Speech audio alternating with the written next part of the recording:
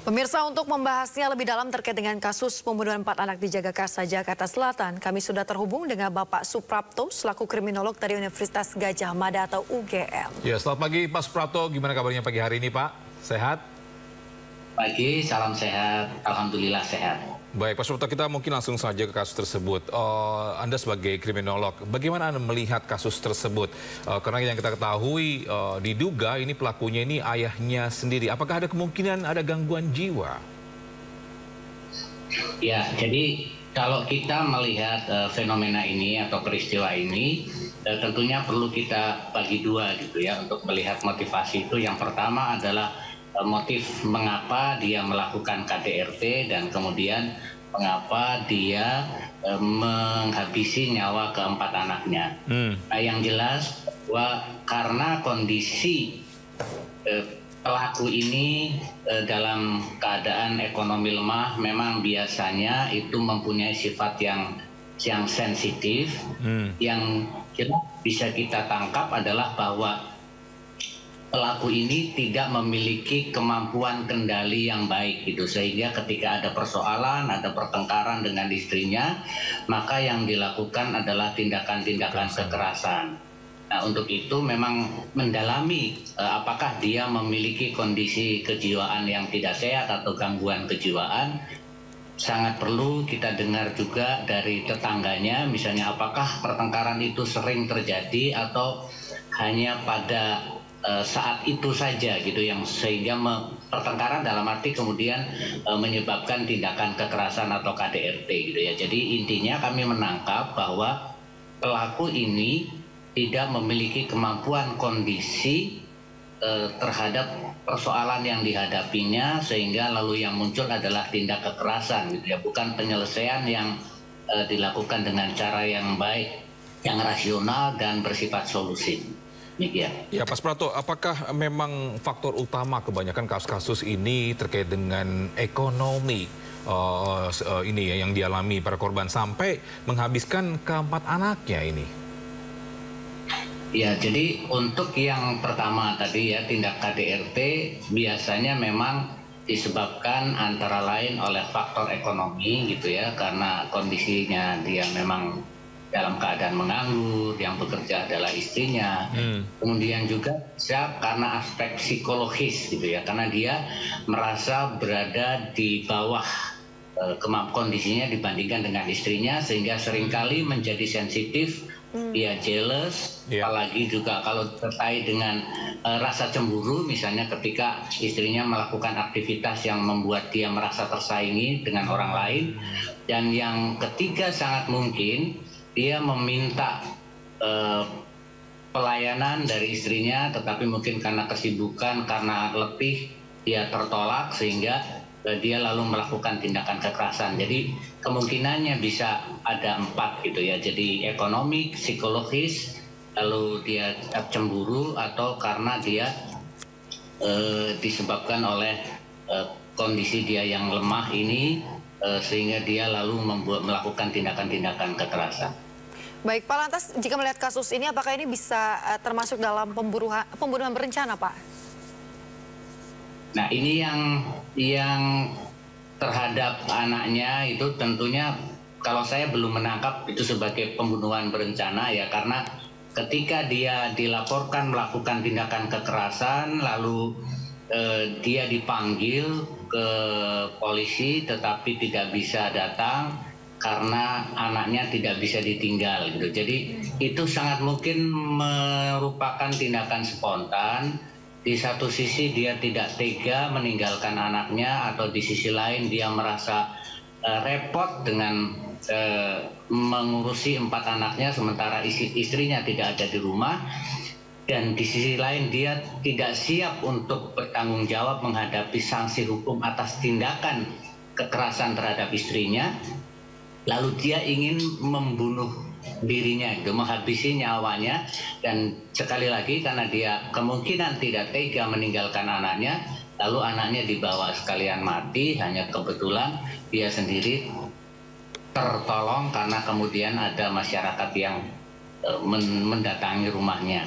Iya. Ya, Pak Suprapto sendiri, apa yang kita harus lakukan untuk mencegah hal ini bisa terjadi lagi? Mungkin dari segi lingkungan, apa yang kita harus lakukan terhadap keluarga-keluarga yang mungkin jarang berkomunikasi dengan sesama tetangga?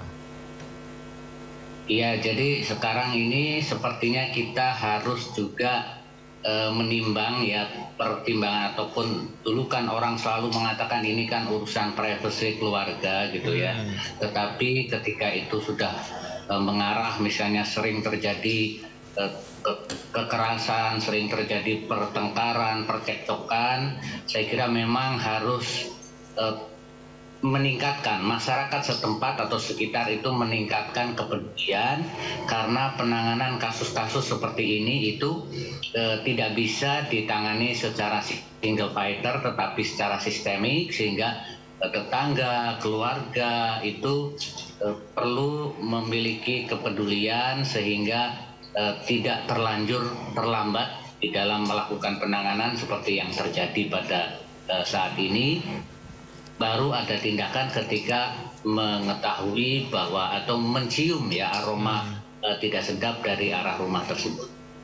Baik, berarti memang diperlukan adanya keterbukaan ya Pak, baik itu terhadap tetangga ataupun keluarga dekat, supaya baik dari sang istri ataupun sang suami ini bisa bercerita dan juga meminta arahan mungkin ya kepada keluarga begitu. Lantas sanksi apa Pak yang tepat bagi orang tua ataupun dalam kasus ini pelaku yang sengaja menghabiskan nyawa anak-anaknya Pak?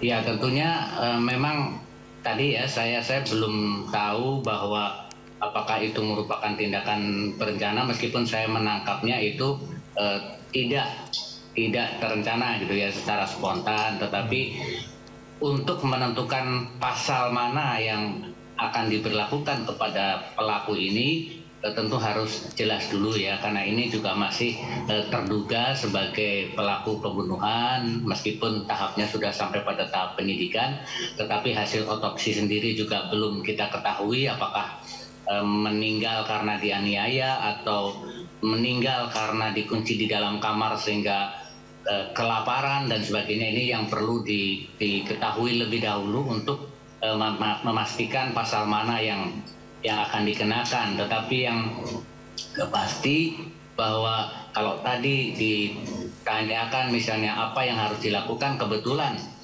saya melakukan penelitian untuk disertasi saya tentang KDRT.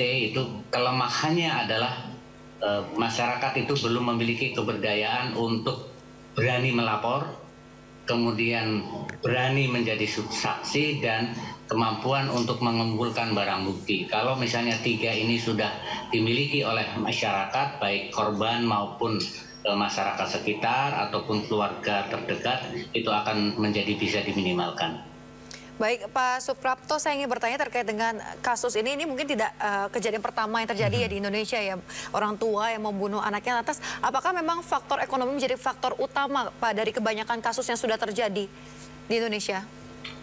Ya, sebetulnya ekonomi bukan merupakan faktor utama. Kalau saya justru melihatnya adalah faktor sosial psikologis. Apa yang dimaksud dengan faktor sosial psikologis? Yang sosial itu biasanya para pelaku ini tertutup gitu ya, di dalam menghadapi masalah, kurang bisa berkomunikasi dengan pihak lain untuk sharing, minta pendapat, minta solusi gitu. Dan yang kedua psikologis itu, beberapa waktu terakhir ini saya memang menemukan banyak kasus gitu ya, baik di lingkungan kerja, di lingkungan para mahasiswa ataupun masyarakat itu ternyata banyak sekali itu kasus-kasus semacam ini yang disebabkan oleh adanya gangguan jiwa gitu ya. Jadi ini saya kira yang perlu juga difikirkan, bagaimana caranya agar pemeriksaan terhadap kondisi kejiwaan masyarakat itu menjadi perhatian kita bersama. Ya, Pak Suprapto, atau ada kemungkinan mungkin ada tersangka lain yang akhirnya mendorong si laki-laki tersebut ini membunuh anaknya?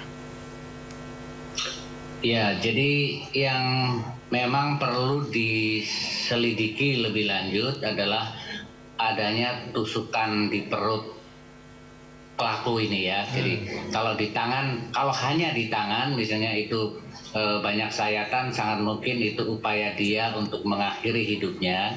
Tetapi tusuk itu siapa sebetulnya yang melakukannya gitu, karena biasanya orang yang melakukan bunuh diri kalau tidak menyayat nadi yang ada di tangan, dia bunuh diri karena menggantung gitu ya, atau jarang yang saya temukan kasus-kasus yang kemudian dia bunuh diri dengan menusuk perutnya sendiri. Nah, ini memang menjadi peluang untuk diteliti lebih lanjut, dan juga kamar yang ada di dalam itu atau kamar tempat 4 anak itu meninggal juga perlu diketahui itu terkunci ataukah tidak gitu. Ini yang juga untuk melihat apakah ada pihak lain yang terlibat di dalamnya. Jangan-jangan karena ada tindakan-tindakan kekerasan itu justru ada upaya pihak lain untuk menganiaya terhadap pelaku. Tetapi ini saya kira menjadi tugas pihak kepolisian di dalam proses penyidikan.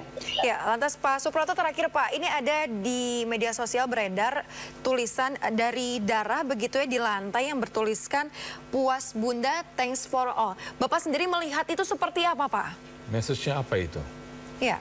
Iya, jadi kalau tulisan itu memang berada di dalam rumah itu atau di lingkungan rumah itu, saya kira itu memang merupakan tindakan besar kemungkinannya gitu ya, bahwa yang menulis adalah suami, karena tadi ada kata-kata bunda gitu ya. Jadi bunda itu yang seringkali sebutan yang dilakukan oleh suami terhadap istrinya atau anak terhadap ibunya ya, tapi karena anak ini meninggal sehingga besar kemungkinannya itu tulisan dari istrinya karena dia merasa benar ya. Jadi kata-kata puas itu bisa ditujukan kepada istrinya gitu ya, tapi bisa juga ditujukan pada dirinya karena dia sudah bisa membuat menganiaya atau menyakiti istrinya dan juga kemudian menghabisi nyawa anaknya.